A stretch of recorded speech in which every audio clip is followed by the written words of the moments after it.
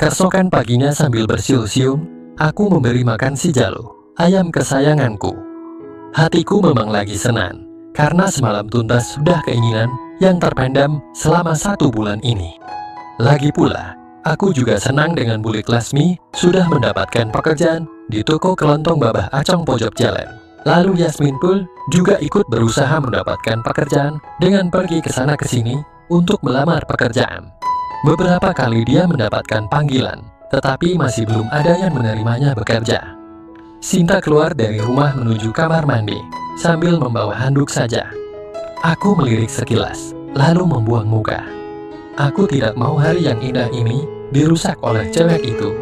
Betul, sebuah kerikil mengenai si Jalu yang berkauk kesakitan dan lari entah kemana. Cewek itu, gerampu. Suara tawanya yang renyah mengiringi Sinta masuk ke kamar mandi. Beberapa saat kemudian, terdengar suara air menandakan dia sudah mandi. Dengan perasaan masih kesal, aku mencari Jalu sambil memanggil namanya berulang kali. Kasihan si Jalu. Ketika aku kembali ke belakang rumah, terdengar suara nyanyian di kamar mandi. Sinta menyanyi. Tak kupedulikan, walaupun mau tidak mau, kuakui suaranya memang bagus. Aku membersihkan kandang si Jalu. Lalu setelah itu menjemur pakaianku yang sudah kucuci tadi pagi.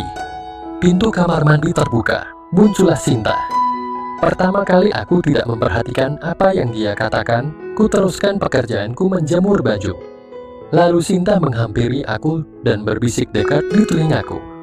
Aku bilang, aku tahu apa yang kamu lakukan tadi malam, bisiknya sambil tersenyum misterius. Baru sadarlah otakku, kupalingkan untuk menghadap ke cewek ini.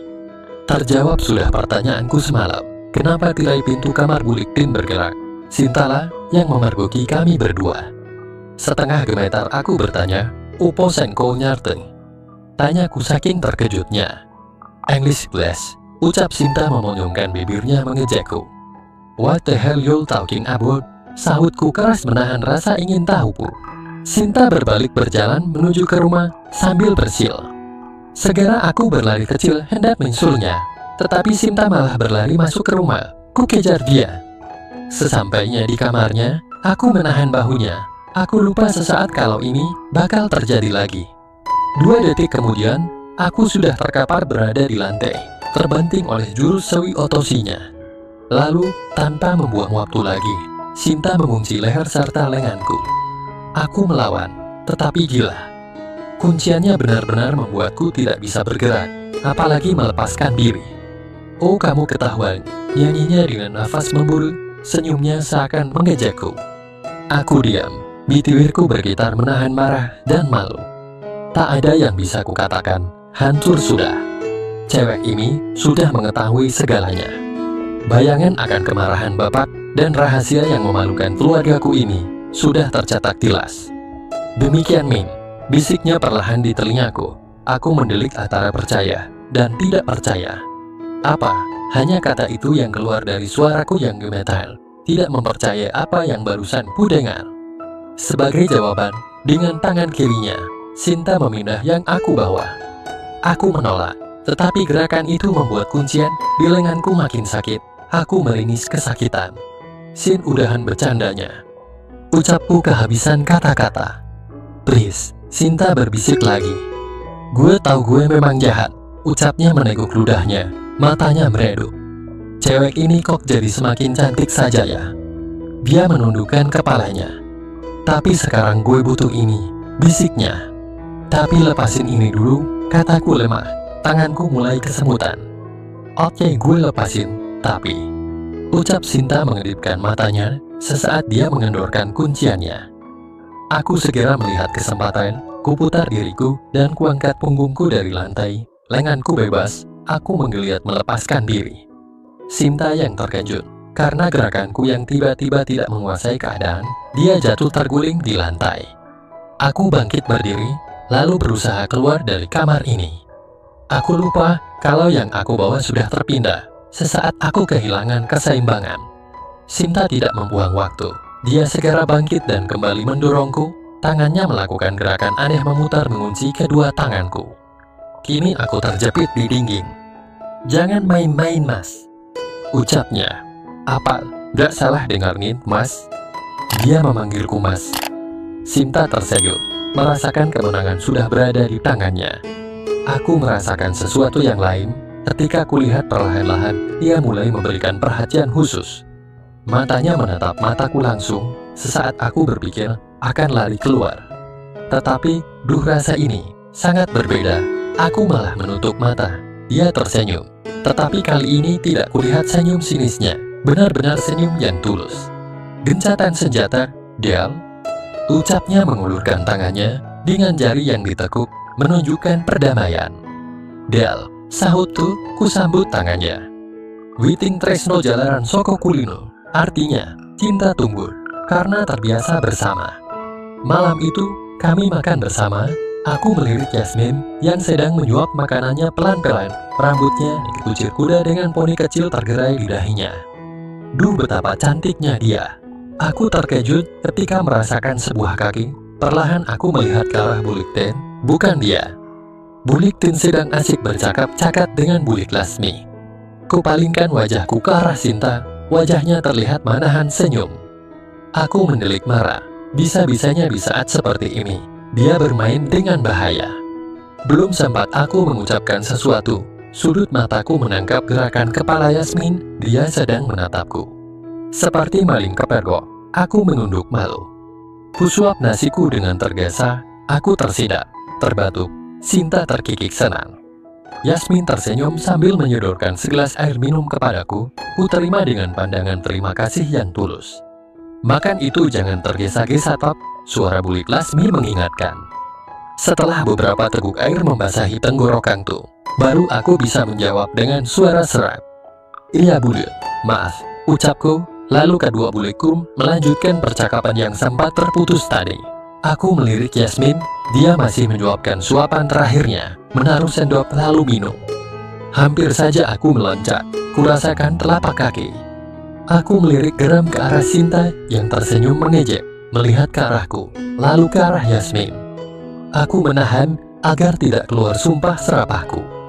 Aku kepergok si cewek ini ketika sedang mencuri pandang ke arah adiknya. Segera ku selesaikan makanku, lalu berdiri, ku bawa piringku ke tempat cuci piring. Top, aku ikut, aku juga mau cuci piringku, ucap Sinta bangkit berdiri, sambil menyusulku ke belakang membawa piringnya. Yasmin melongo heran. Kenapa kakaknya hari ini? Dapo melok-melok.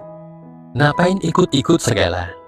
Ucapku ketika kami sudah berada di belakang Roman. Ku ambil sabun, dan ku nyalakan keran air untuk mencuci piringku. Hen, gue kan juga mau cuci piring. Lagian gue juga kangen sama ini, sahutnya. Aku meloncat kaget ketika Sinta langsung mencari asku. Sin, awas, nanti ketahuan bule. Ucapku setengah panik. Aku melomot melihat ke arah pintu yang menuju ruang makan. Biarin, sahutnya. Gila nih cewek benar-benar pintar mendatangkan keinginan seorang laki-laki. Sinta tersenyum penuh kemenangan. Aku tersadar ketika terdengar langkah kaki menuju ke arah kami, Yasmin. Aku menarik nafas lega bertepatan dengan Yasmin yang menuju ke arah kami. Hei, ada yang aneh nih, gak biasanya kalian akur malam ini, tegur Yasmin sambil mengedipkan matanya. Kagak, gue masih ingat lihat dia, sahut Sinta ketus. Dia menyodorkan piring kotornya ke Yasmin. Tucin sekalian punya gue ya, gue mau ke dalam sebelum muntah, ucap Sinta lagi. Yasmin menerimanya, memandangku sebentar dengan penuh rasa simpati, lalu berbalik ke tempat cucian piring. Mukaku merah menahan malu dan geram. Bisa-bisanya cewek itu bicara kayak gitu setelah tadi.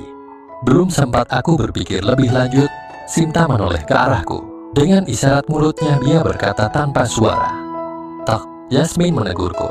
Aku hampir mati kaget. Ada apa? Ada yang aneh sama aku ya? Dia bertanya, makin aku kehilangan kata-kata. Nggak ada kok Yas, sahutku lalu kami berdua kembali melanjutkan cuci piring dengan terdiam. Setelah piring terakhir sudah aku lap, Yasmin menghadap ke arahku. Aku terdiam 1000 bahasa ketika tangannya meraih tanganku. Sudahlah mas, Mbak Sinta memang sifatnya begitu. Semakin mas totok meladeni dia, semakin senang dia menggoda mas. Suaranya meluncur keluar. Dia tersenyum lalu melepaskan tangannya.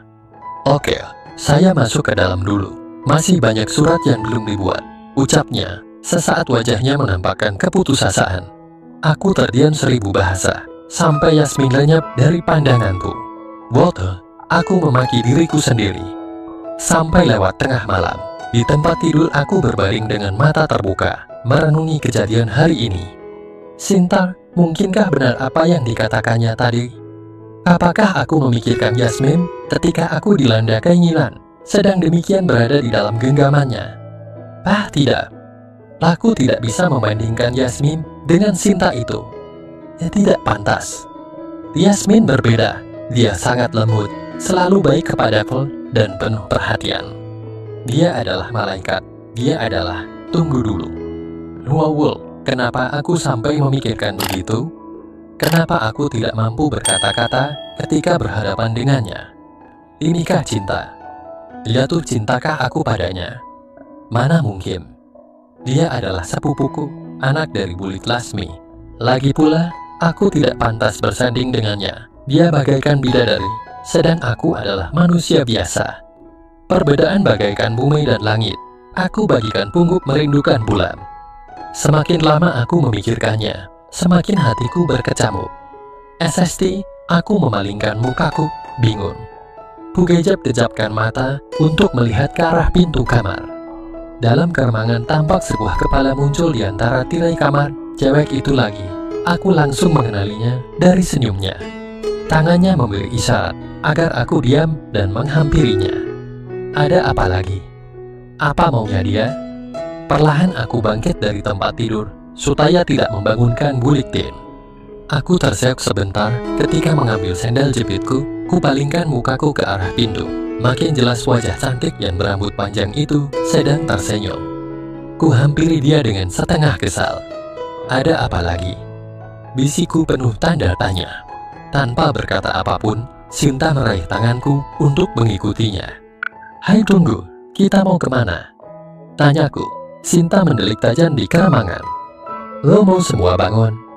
Dim dan ikutin gue. Dia menarik tanganku lagi menuju ke belakang. Perlahan sekali dia membuka kunci pintu belakang, lalu menuju keluar. Angin dingin langsung menerpa kami berdua. Cahaya bulan purnama bersinar dengan indahnya. Astaga naga. Baru aku memperhatikan, Sinta sudah dalam suasana kurang benar. Sesampainya dekat gudang sebelah kamar mandi, Sinta membalikkan dirinya. Sejenak aku terbuai wajahnya yang cantik diterangi sinar rembulan. Ada apa kita kesini? Apa sih maumu? Tanyaku berbisik. Sinta tak menjawab. Perlahan dia mulai mencililik kukungku. Hai kamu, protesku. Tapi aku tak bisa mengeluarkan kata-kata lagi. Tapi Sin, kamu adalah sepupuku. Kita tidak bisa demikian. Lagi pula, ucapku. Apa bedanya? Elo juga melakukan sama Buliktin, Kang? Sahutnya. Aku terdiam. Apa yang dikatakannya benar juga. Ada apa? Lo mikirin adik gue lagi? Apa sih kelebihan dia sampai lo tergila? Tanyanya. Stop, geramku. Jangan terusin. Jangan kamu bicara begitu tentang Yasmin atau apa hal? Apa bedanya dia sama gue? Kita kembar. Apa lo buta? Serunya gusar. Beda, jelas beda. Kamu bukan dia. Walaupun kembar kamu demikian, tapi Sin, aku tidak bisa paham bagaimana jika ada yang memergoki kita di sini. Aku tak sanggup meneruskan kata-kataku. Sejenak aku ragu-ragu, tapi sudah terlanjur. Akhirnya malam itu, terjadilah sesuatu yang begitu indah.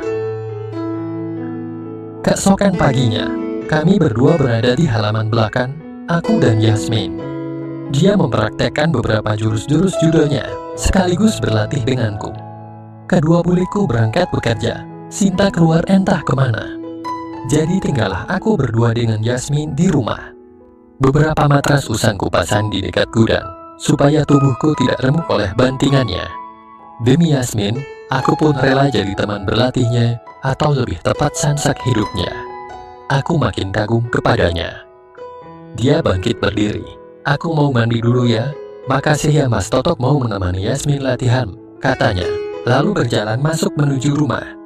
Apapun demi kamu Yas, gumamku setelah Yasmin masuk ke rumah. Entah apa yang kurasakan ini, berdekatan dengan Yasmin membuatku nyaman, dan merasa bahagia. Bahkan rasanya aku ingin setiap saat bersamanya selalu. Jatuh cintakah aku? Tapi dia adalah sepupuku. Apa bedanya? Semalam kami pun berbagi dengan Sinta, sepupumu. Ada suatu suara di dalam hatiku berkata, aku pun merasa bersalah terhadap Yasmin, seakan aku berkhianat darinya. Aku menghela nafas panjang lalu bangkit berdiri, mulai membenahi matras-matras yang barusan kita pakai berlatih tadi. Setelah itu, barulah aku membersihkan kandang si Jalo. Demikian pula keesokan paginya, seperti jadi kegiatan rutin saja, aku dengan suka rela menjadi partner berlatihnya.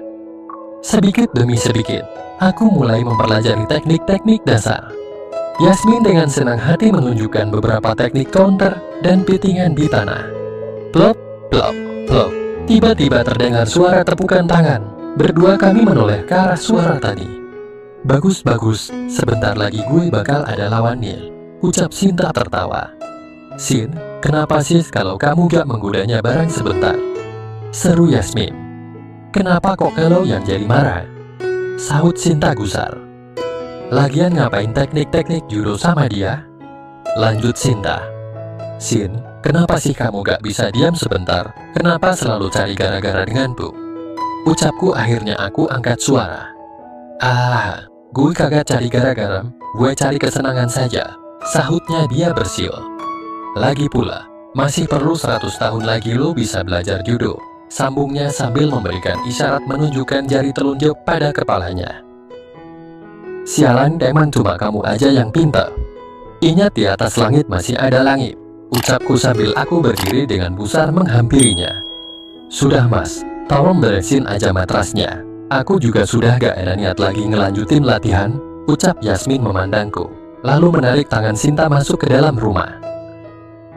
Gak usah Yas, aku mau di sini aja, kagak gue apa-apain kok, ucap Sinta. Aku membuka mulut, hendak menanggapinya.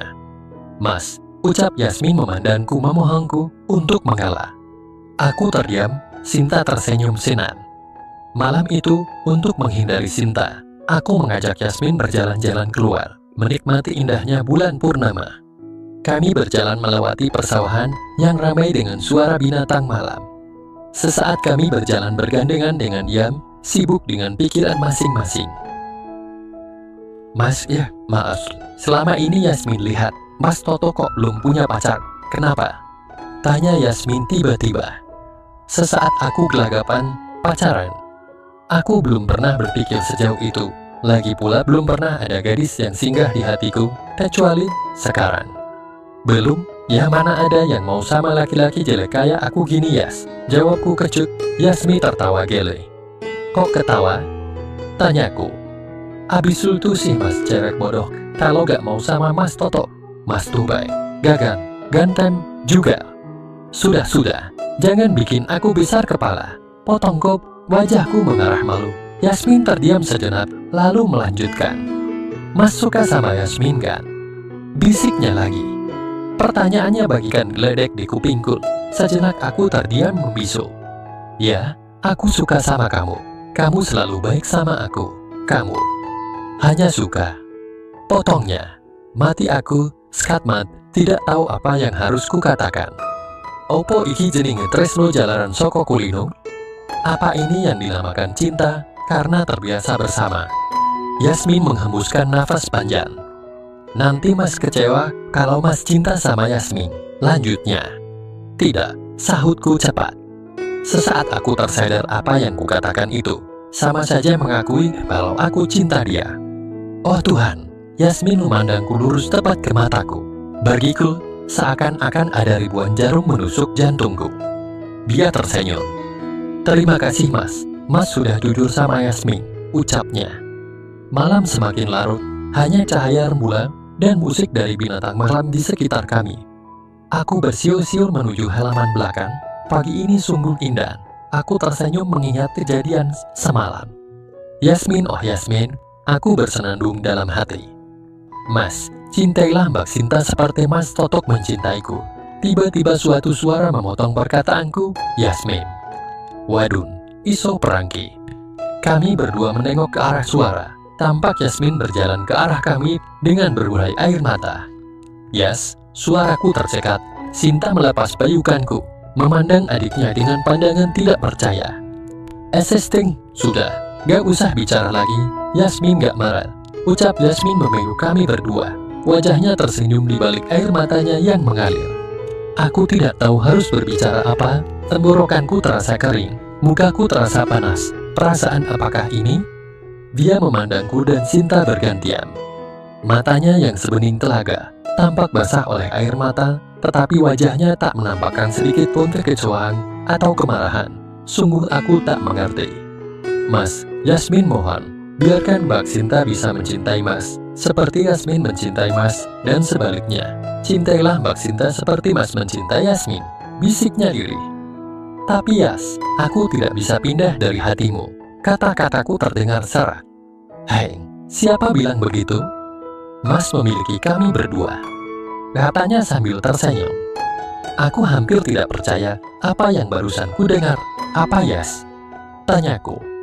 Iya, Mas tetap boleh memiliki kami berdua, mencintai kami berdua. Artinya Yasmin dan Mbak Sinta mau berbagi dengan Mas, bukan begitu Mbak? Tanya Yasmin pada Sinta. Dengar gak lo say? Kita sekarang menjadi sepasang, bingung gimana nyebutnya. Intinya gue dan Yasmin jadi pacar elo, ucap Sinta. Sungguh tak pernah kubayangkan kejadian seperti ini, di mana aku kini berada di tengah-tengah saudara kembar yang rela berbagi denganku. Laki-laki mana yang lebih beruntung dari aku? Setelah kejadian itu, kami bertiga beristirahat karena kelelahan. Ya, saat itu kami melakukannya sampai benar-benar merasa lega. Dan itulah pertama kalinya bagiku bisa dengan langsung dua sekaligus. Dan beruntungnya aku mereka kembar pula. Dan begitulah kisah kasihku di rumah bulikku sampai sekarang. Kegiatan yang sembunyi-sembunyi terus berjalan dengan lancar. Hanya Sinta dan Yasmin yang tahu akan hubunganku dengan bulik Tim. Tapi sebaliknya, bulik Tim belum mengetahui kejanggalan antara aku dengan si kembar. Ya, dan tentunya bulik Lasmi masih belum tahu apa-apa yang terjadi di rumah ini. Kalau dia tahu, pasti benar-benar semua. Sekian dulu ceritaku ini, semoga teman-teman terhibur ya. Terima kasih.